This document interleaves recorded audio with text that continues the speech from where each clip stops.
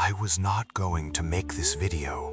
I sat with this for 3 days, 3 days of silence, 3 days of asking whether I should speak, whether anyone would believe me, whether the weight of what I was given was even something I had the right to carry into your life without your permission. But last night, the answer came clearly. You do not have time for my hesitation, so I am speaking. What I am about to tell you is not a story. It is not a metaphor. It is not entertainment dressed in spiritual clothing. It is a warning, direct, urgent, and personal, delivered through me for you at this exact moment in your life. I need you to stop everything else right now, not pause it, stop it. Because what is coming in the next few months of your life is not something you want to walk into uninformed. And Archangel Michael, the commander of heaven's armies, the protector, the one who holds the sword of divine justice, has something to say to you before you take another step forward. He said your name. He saw your face. He pointed at the road ahead of you and said, "Not yet, not without a warning first." This is that warning. The vision came at 3:17 in the morning. I know the time because I looked at the clock the moment I was pulled out of sleep. Not gradually, not gently, but completely. One moment I was asleep. The next, I was wide awake, sitting upright, heart pounding, with a presence in the room so powerful that I could not speak.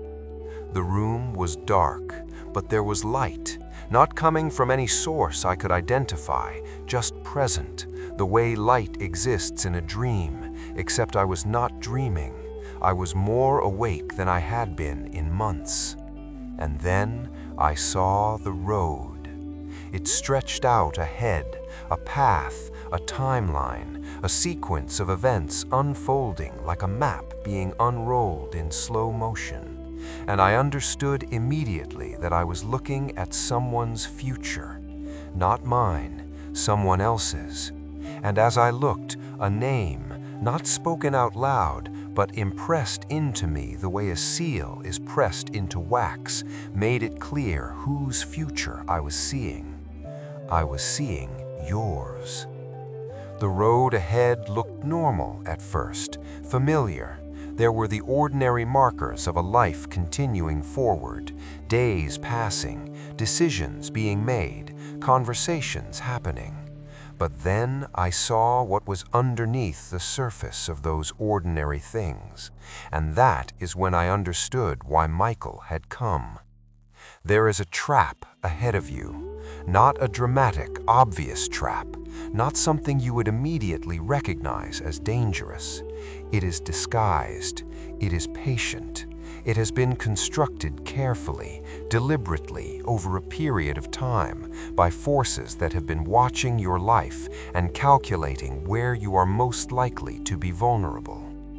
The trap is built around something you want, something you have been praying for, something you believe is coming to you as a blessing. And it may very well be a blessing eventually, but what is being offered to you in the next season is not the real thing. It is a counterfeit, a door that looks exactly like the right door, but leads somewhere entirely different. Michael showed me people standing at this door.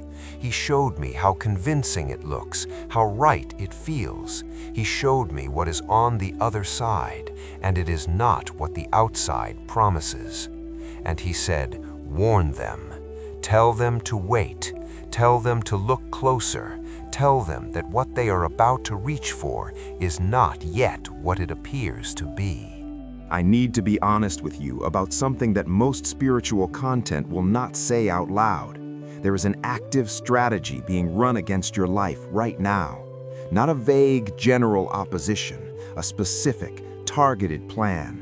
And it has 3 stages. The first stage is distraction. You had noticed this already, even if you haven't named it.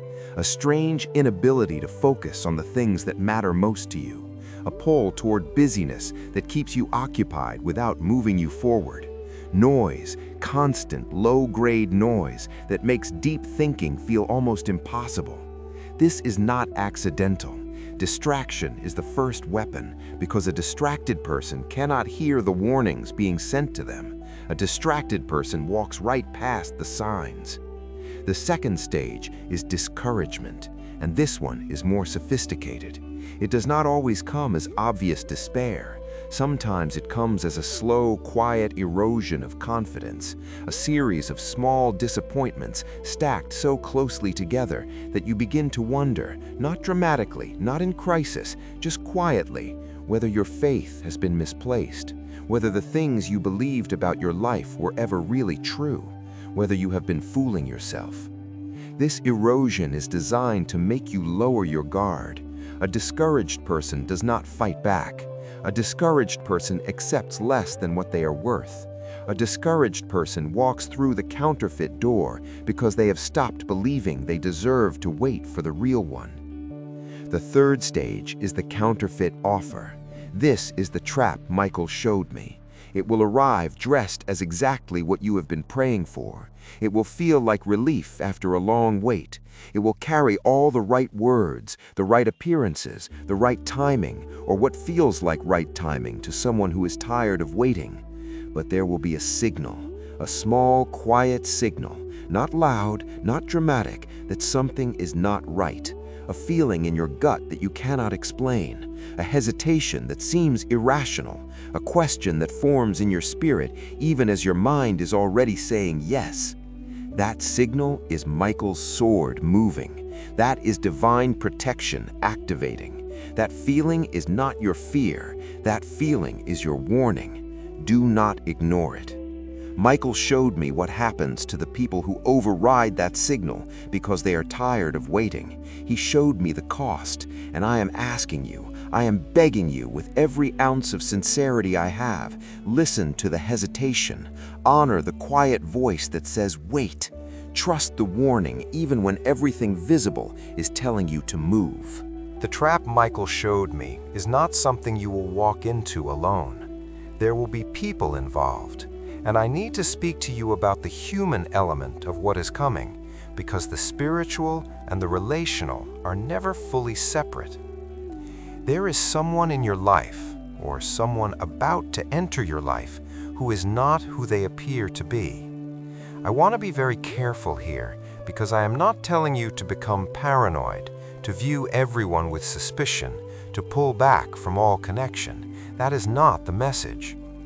But there is one specific person, and again, your spirit already knows who this is, even if your mind has been overriding the knowing, whose access to your life needs to be limited in this season, not forever, not with anger or accusation, but with wisdom.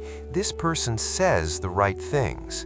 They may even believe the right things, but there is something they are carrying, unresolved pain, unhealed ambition, a hidden agenda they may not even be fully conscious of, that when it comes into contact with the most vulnerable and most precious parts of your story, will cause damage. Michael does not ask you to confront this person. He does not ask you to announce that you are pulling back. He asks only that you become more careful about what you share, more selective about the spaces where you are fully open, more attentive to how you feel in the hours after time with this person, because the fruit of a relationship always reveals the root. If you consistently feel lighter, clearer, and more like yourself after time with someone, that is a relationship worth investing in. If you consistently feel drained, confused, or vaguely smaller, that is a relationship that needs a boundary. Not an ending necessarily, a boundary.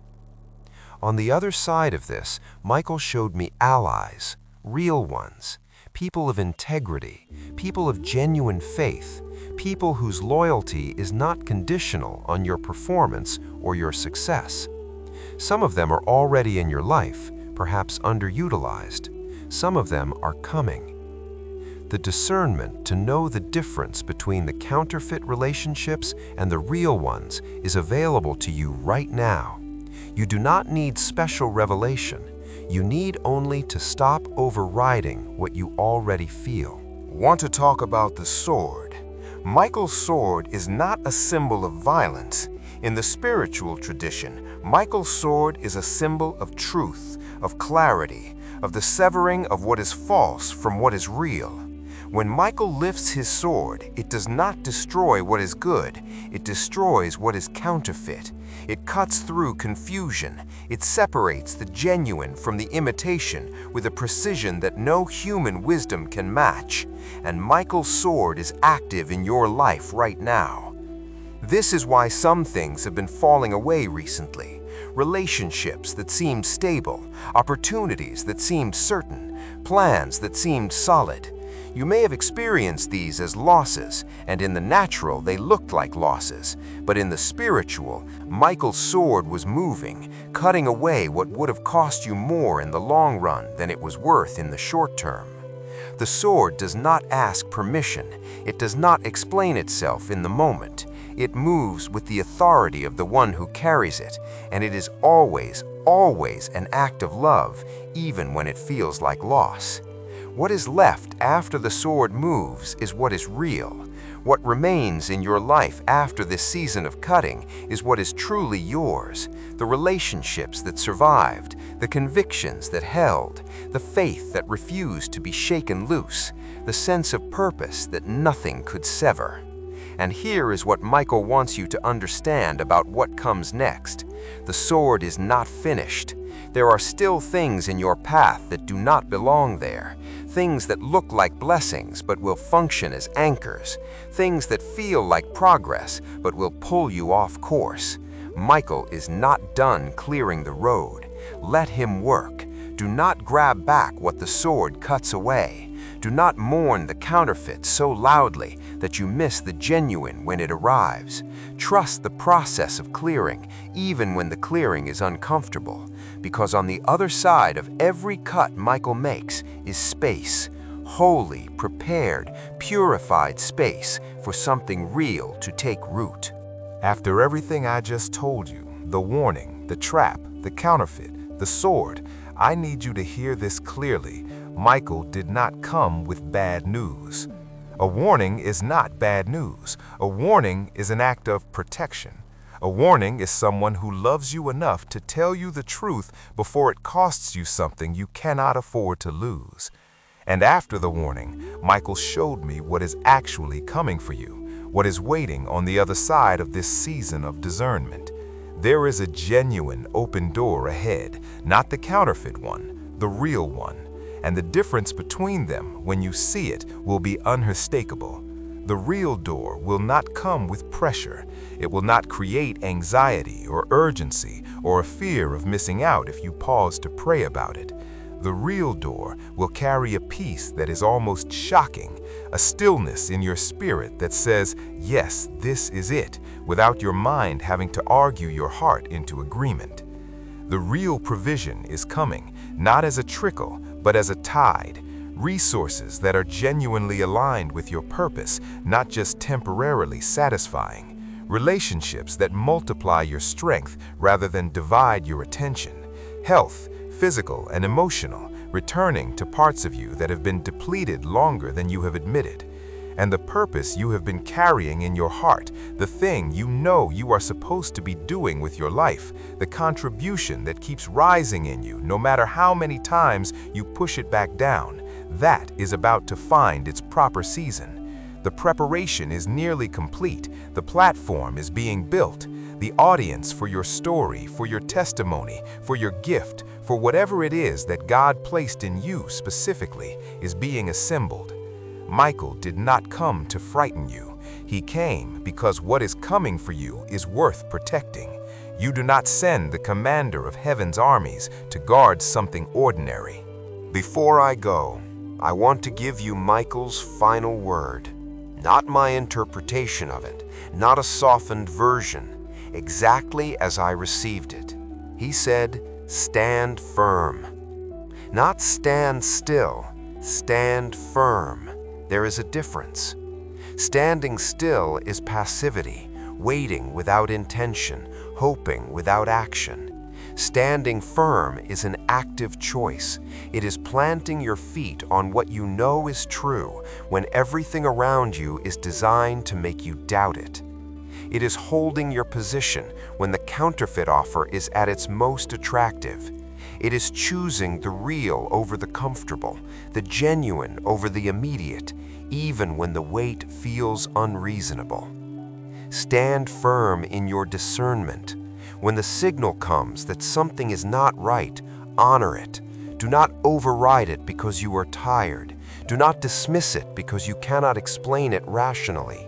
Your spirit is speaking to you with information your mind does not yet have access to. Stand firm in your worth. The trap being laid for you is only effective if you have forgotten your value. Counterfeit blessings are most tempting to people who have stopped believing they deserve the real ones. Remember what you are. Remember what has been placed inside you. Remember that Michael, the commander, the warrior, the sword bearer of heaven, thought you were worth a personal warning.